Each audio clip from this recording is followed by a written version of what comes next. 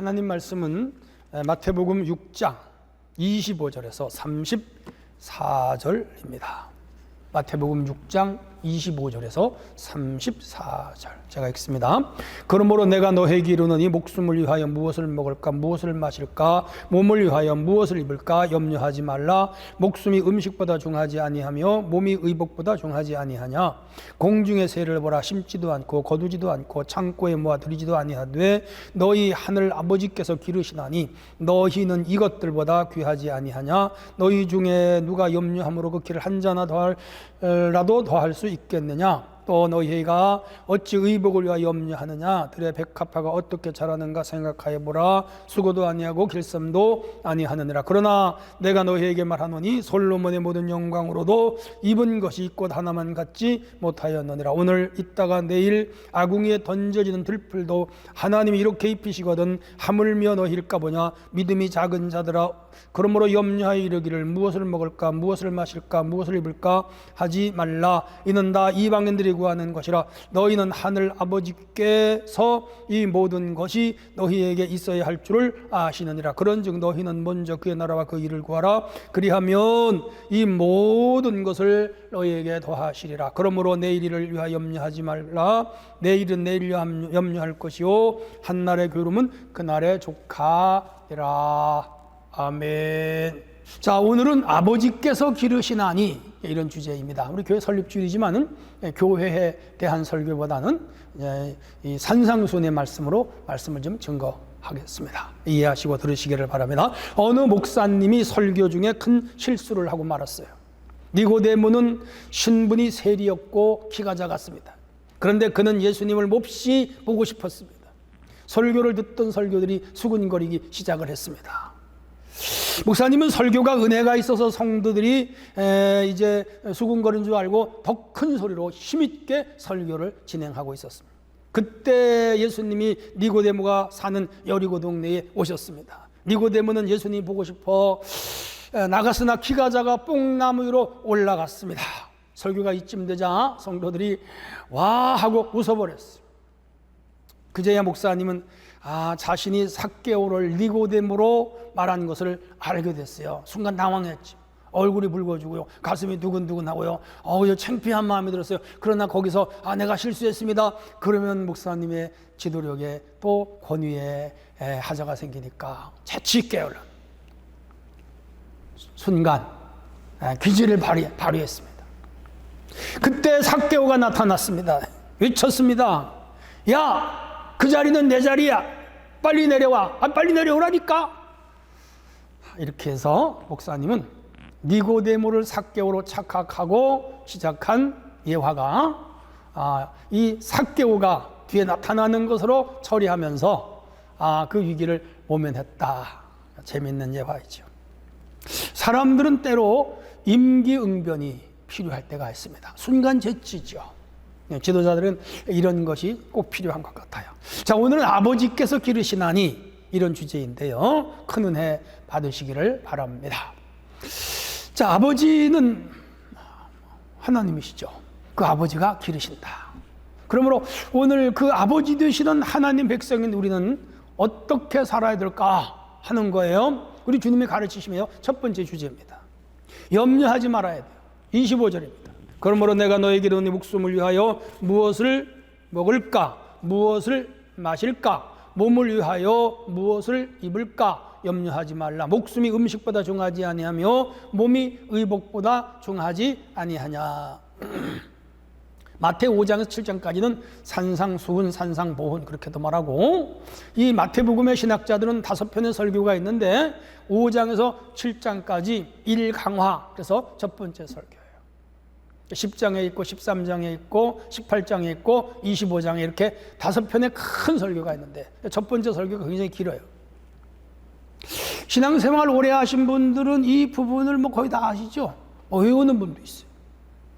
기독교인이 지켜야 할 다양한 덕목을 예수님이 이 5장에서 7장에 실어놨어요.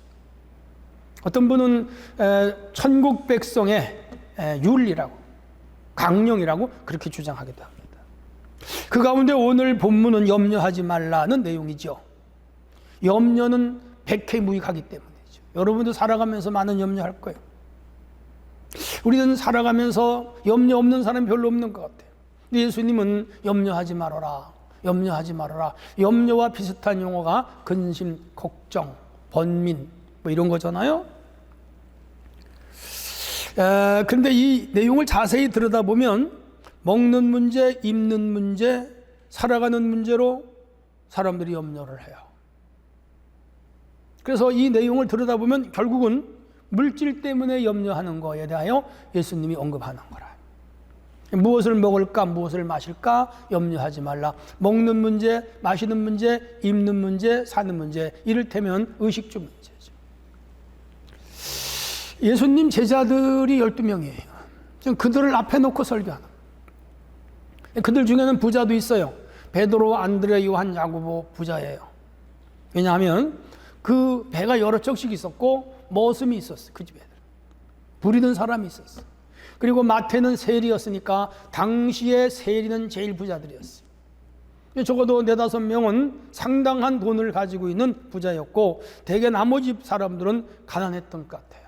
아마 예수님을 따라오면서 다 내려놓고 왔기 때문에 뭘 먹지? 어떻게 먹지? 어떻게 살지? 뭘 입고 다니지? 아마 그런 것 때문에 그 제자들 사이에는 고민이 있었던 것 같아요. 근심이 있었던 것 같아요. 자기들까지 앉으면 그거에 대해서 상당히 많이 얘기했던 것 같아. 예수님이 그걸 아시고 염려하지 말라. 그렇게 위로하시고 힘을 주시고 믿음을 주셔요. 수학 영역 1타 강사인 현우진 씨. 요즘 이제 수능 문제로 시끌벅적하잖아요. 학원에서 받는 연봉이 200억이 내려갑니다. 2017년에 그가 소득세 신고액이 130억 원. 1억 5천만 원짜리 시계를 차고 다녀요. 최고급 외제 승용차를 타고. 서울에서 수백억짜리 빌딩이 몇 개씩 가지고 있다. 그렇게 말하는 거 들었습니다. 부자지요. 돈을 많이 벌었고. 그렇지만 대다수의 사람들은 가난해요. 인류 배후 가운데도 돈 많은 사람들.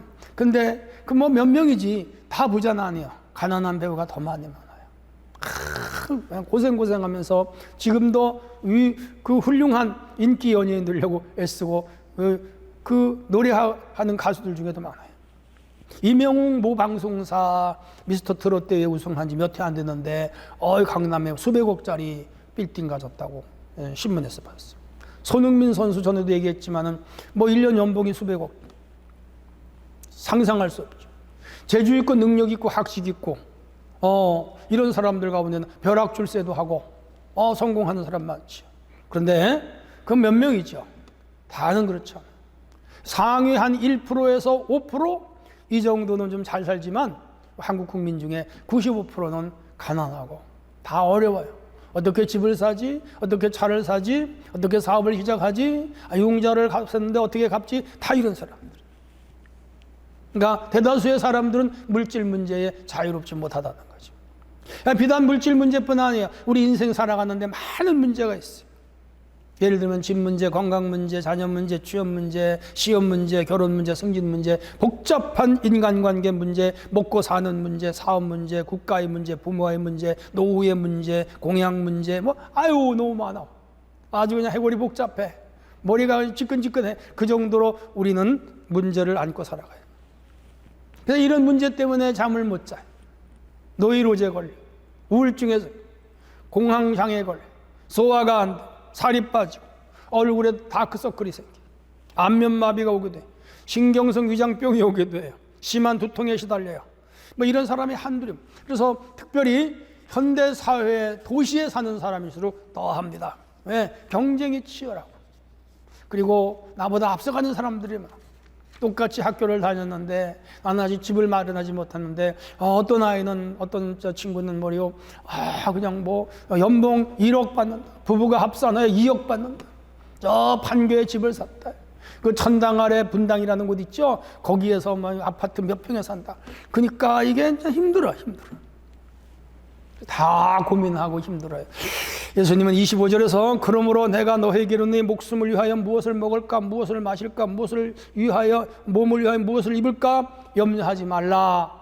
중요한 게 있어요. 목숨이 음식보다 중하지 아니하며 목숨이 의복보다 중하지 아니하냐. 뭐예요? 염려를 많이 하면 병이 온다는 거죠. 염려를 많이 하면 건강을 상한다는 거죠. 염려를 많이 하다 보면 그걸로 죽을 수도 있다는 것이죠. 맞아요. 그러므로 의식보다 음식보다 의복보다 일보다 이 세상에 어떤 것보다 더 귀한 게 뭘까요? 몸이죠. 가장 중요한 것은 몸, 다른 말로 말하면 생명이죠. 생명보다 더 중요한 것은 세상에 하나도 없죠.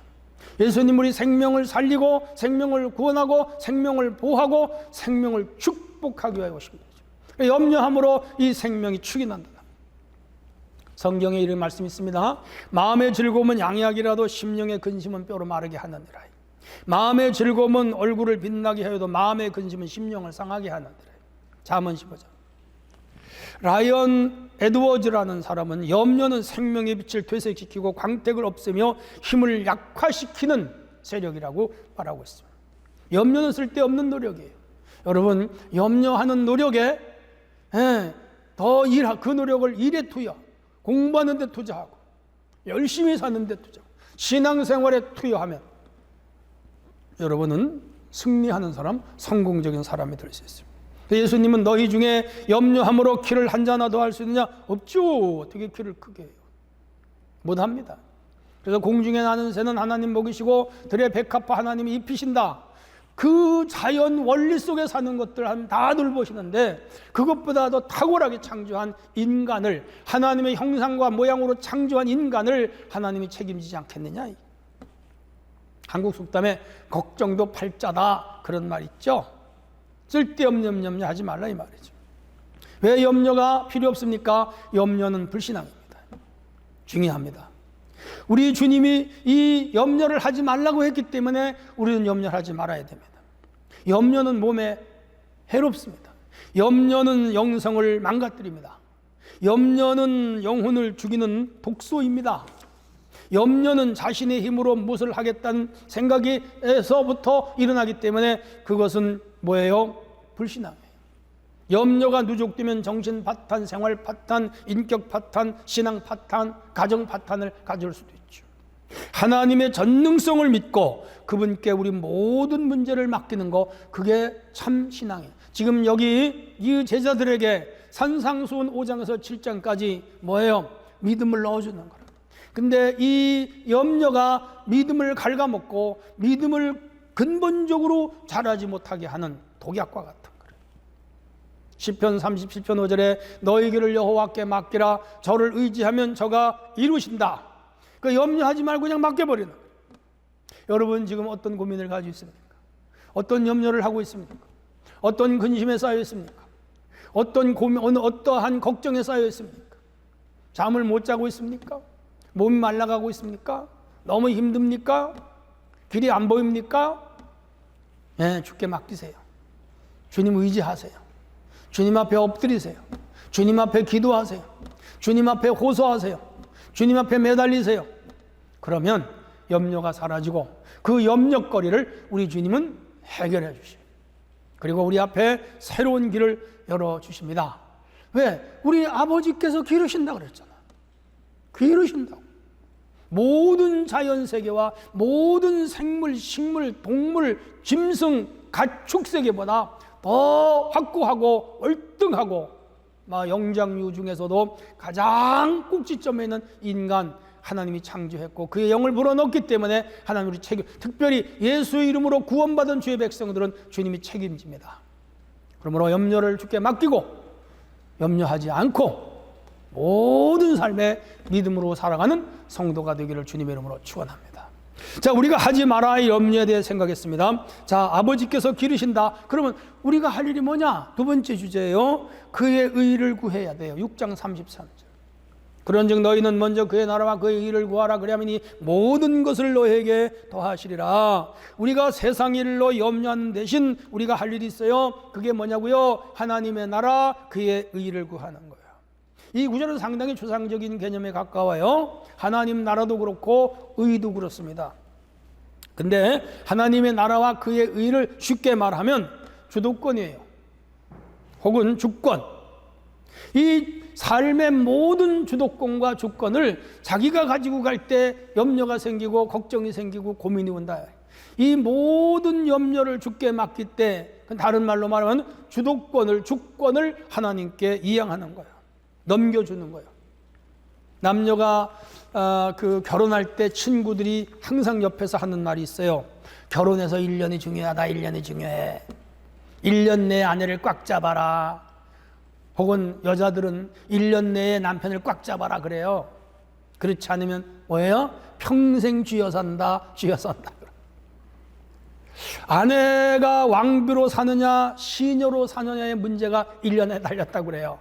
반대로 남자가 임금으로 사느냐 아내의 모습으로 사느냐가 1년 안에 달렸다는 거죠. 그래서 이 남자가 여자가 서로 주도권을 가지고 아내를 꽉 잡으려고 그러고 아내는 남편을 꽉 잡으려고 그래요. 그래서 1년 동안 이 부부싸움이 제일 치열하다는 통계가 나와 있어요.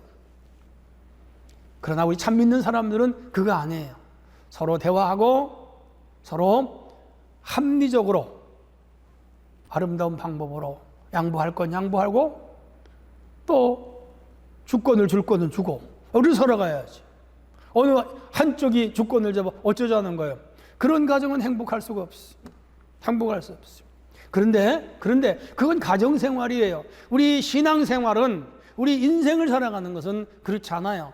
우리 인생은 모든 주권과 주도권을 하나님께 맡기는 거예요. 그게 바로 하나님의 나라와 그의 의를 구하면서 살아가는 삶. 그분은 우리의 삶을 가장 잘 컨설팅 하시는 분, 우리의 삶을 가장 행복한 자리로 인도하시는 분, 누가? 예수님.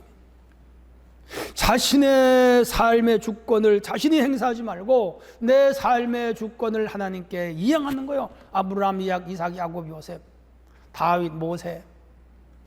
그렇게 산 사람. 인생에 있어서 선택과 결정이 중요한데 모든 선택의 주권과 결정의 주권을 하나님께 맡기는 게 그게 바로 하나님의 나라와 그의 의를 따라가는 것. 다시 말하면 성령님의 인도하심을 따라가는 거예요.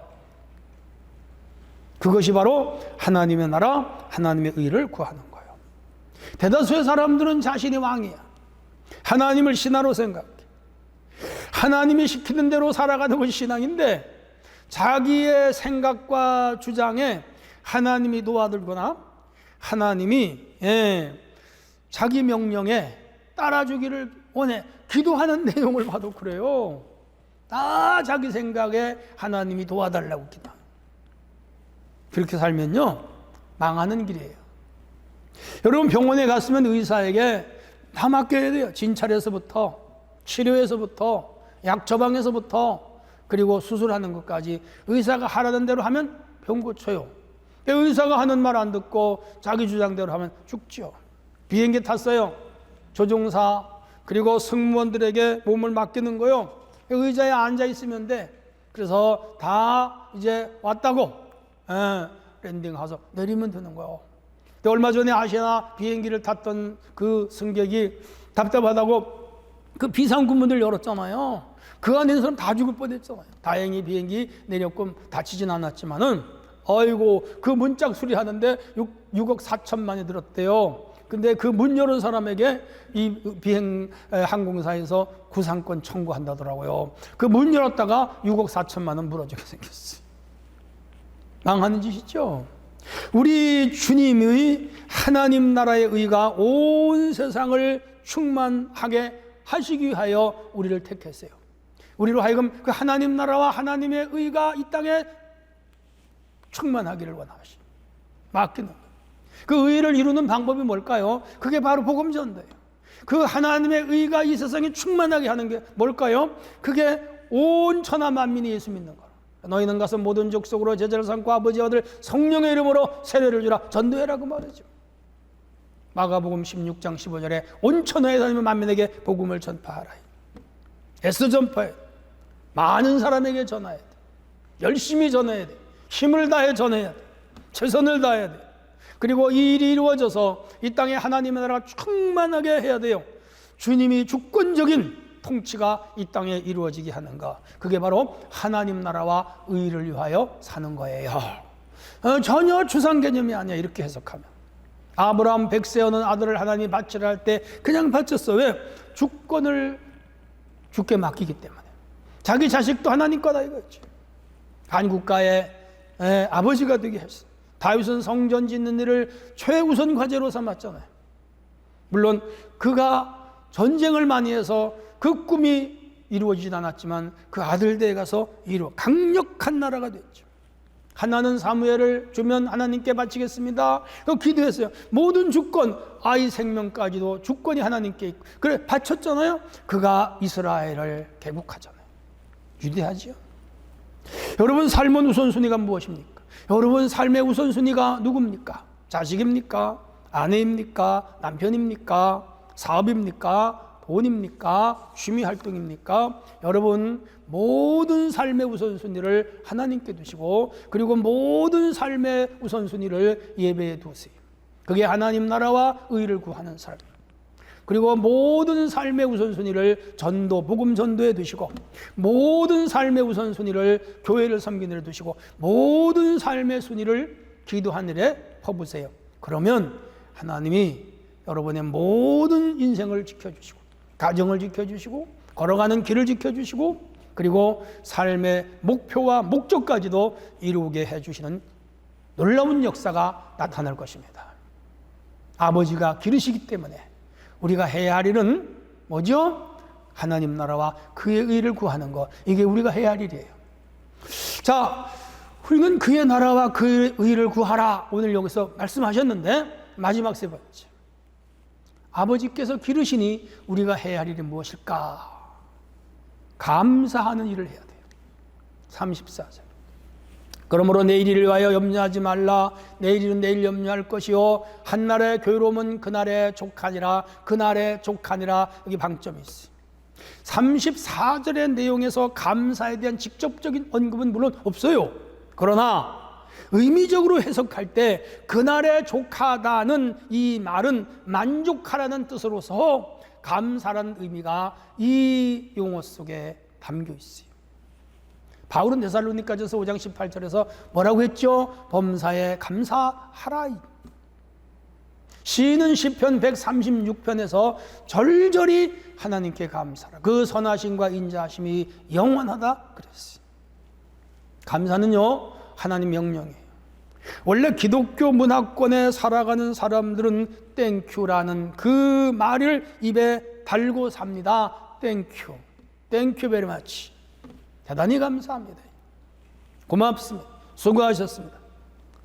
감사라는 것을 소중히 여기는 것이 기독교 문화권의 나라들의 특징입니다.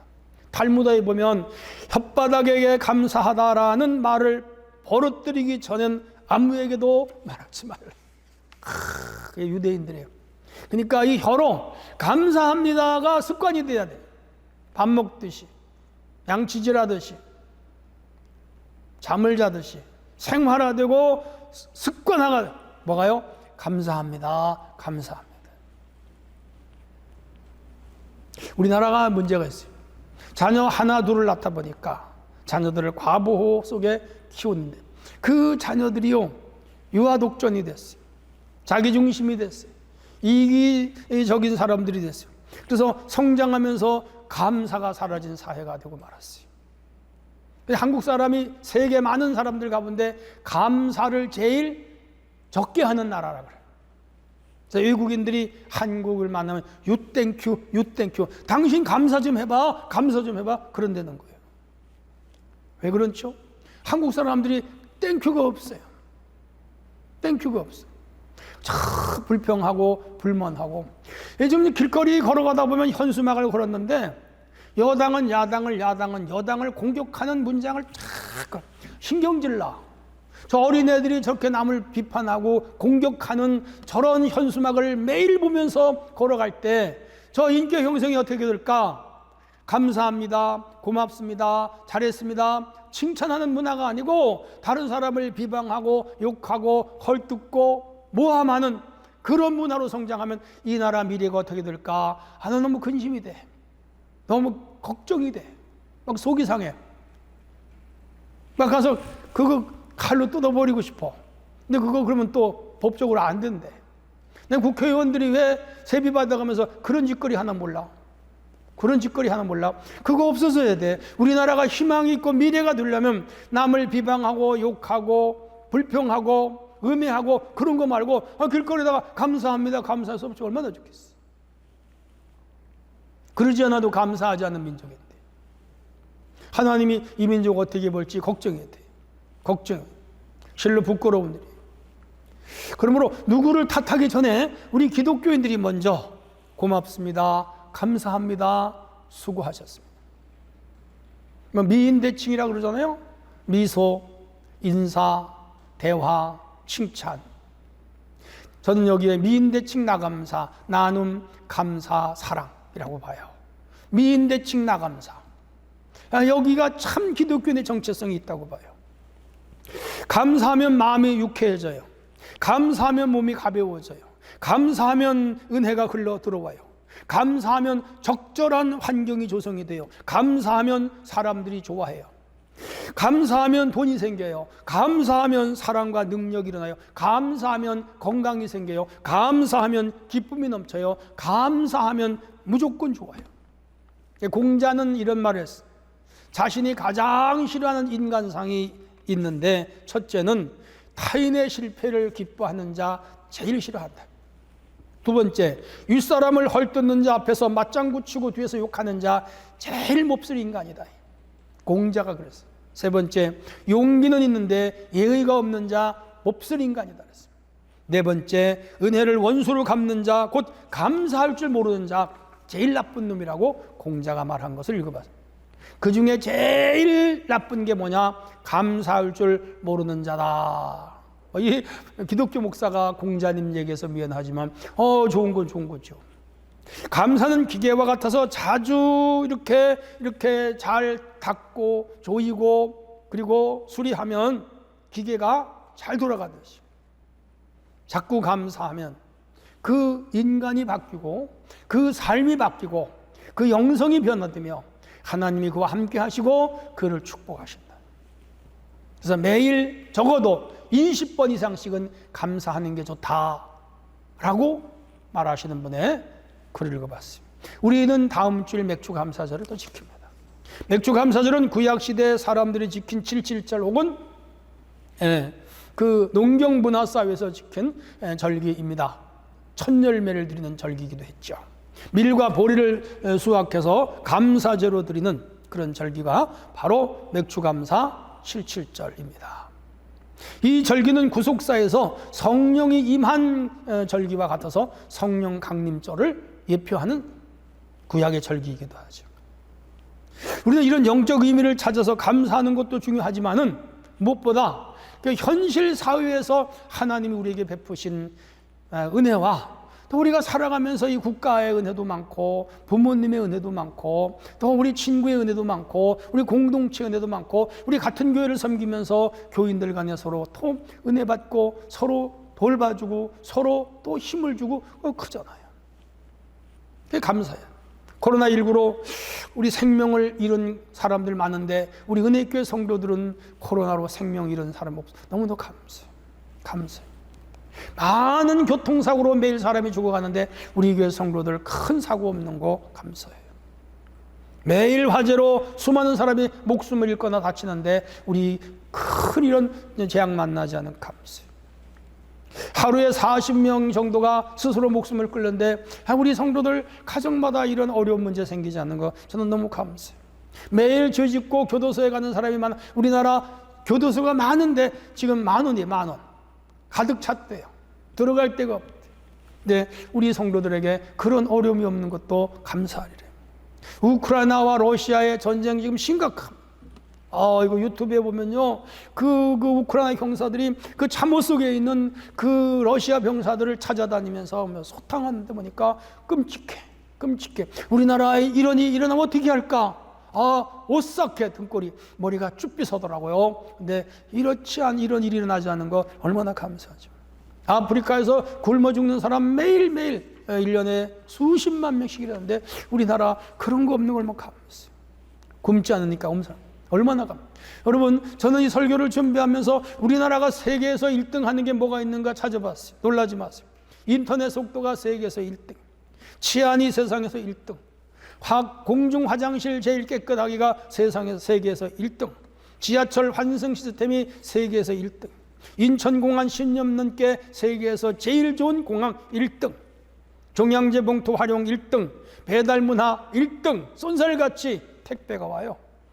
유조지폐 감별 1등, 생수값 제일 싼 나라로 1등, 보험 제도가 세계에서 1등, 관공서 업무 처리 속도가 세계에서 1등, 야, 반도체 수출 세계에서 1등, 신용카드 보급률 세상에서 1등, 대학 진학률 세계에서 1등, 디지털 종합정보평가 세계에서 1등, 고속도로 인프라 구축 세계에서 1등.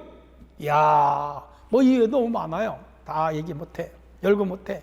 그러니까 아주 좋은 나라예요. 우리나라가 아름다운 나라요, 행복한 나라요. 그런데 문제는 감사할 줄 모르고 맨날 불평하고 시비 걸고 남 비판이나 하고, 그 우리 한국 사람의 인간성의 문제가 있어. 저는요, 우리 민족이 감사하는 민족으로 돌아섰으면 좋겠어요. 가족을 생각해도 감사합니다. 자녀를 생각해도 감사합니다. 건강하게 지금 살아가는 것도 감사합니다. 하루 밥 세끼 먹고 사는 거 감사합니다. 우리 교회를 생각해도 감사합니다. 우리 이 대한민국을 생각해도 감사합니다. 얼마나 많아. 성도 여러분, 우리 아버지가 길러주셔요. 우리를 다 육적으로도 길러주시고 영적으로 길러주셔요. 그러므로 모든 염려 주께 맡기고 그의 나라 그의 의를 구하고 매일매일 감사하면서 살아가는 성도가 돼야 돼요. 이게 뭐예요? 이게 천국 생활이죠. 우리 성도들이 입에 감사가 넘치기를 주님의 이름으로 축복합니다. 결론입니다. 공중의 새 주님 먹이십니다. 우리 교회 앞에 비둘기들이 와요. 그래서 그 쌀을 좀 줬더니 나만 가면 쪼르치다는 거예요. 안 줄 수도 없고, 또 누가 그래요. 거기에 주면은 그거 야성이 사라져서 안 된다고. 근데 다리를 다쳐가지고 왔더라고. 그래서 너무 불쌍해서 다리 다쳐가지고 이 교통 복잡한데 제가 어디 가서 먹고 살까? 그게 또 줬어. 이제 내가 가면 쫓아다녀. 배들기가 쫓아도 가지도 않아. 어떻게 할지 모르겠어. 근데 감사하게도 그 다리를 또 났어. 며칠 만에 자연치료가 됐더라고. 야, 병원에 가지도 않아. 놀라운 일이 났어요. 근데 그 비둘기도, 이 숲에서 우는 새들도, 공중에 나는 독수리도, 작은 곤충 한 마리도 주님이 먹이시고, 그리고 들에 핀 백합화, 삼림의 수많은 나무들 하나님이 다 키우셔요. 입히셔요. 그런데 오늘 주의 백성 우리를 하나님은 결코 버리지 않으셔요. 먹이시고 입히시고 키우시고 재우시고 돌보시고 축복하시고 인도하셔요. 그러므로 이제 우리 근심하지 말고 염려하지 말고 지금 다 맡기고 우리 아버지 주님이 원하시는 삶을 살아드리고 내 모든 삶의 주권을 그분에게 이양하고 살았으면 좋겠어요. 하나님의 은혜가 여러분 가정에 함께 하시고 우리 교회에 넘치는 부흥을 주시기를 주님의 이름으로 축원합니다. 하나님 아버지 감사합니다. 오늘 아버지께서 기르시나니 라는 주제로 말씀을 읽었습니다. 원합기는 염려하지 말게 하시고 그의 나라와 의를 구하며 매일 감사하는 우리 성도가 되게 하시고 하나님은 모든 성도의 일생을 책임지고 인도하심을 믿습니다. 항상 도우시고 믿음 안에 있게 하옵소서. 예수님의 이름으로 기도합나이다. 아멘.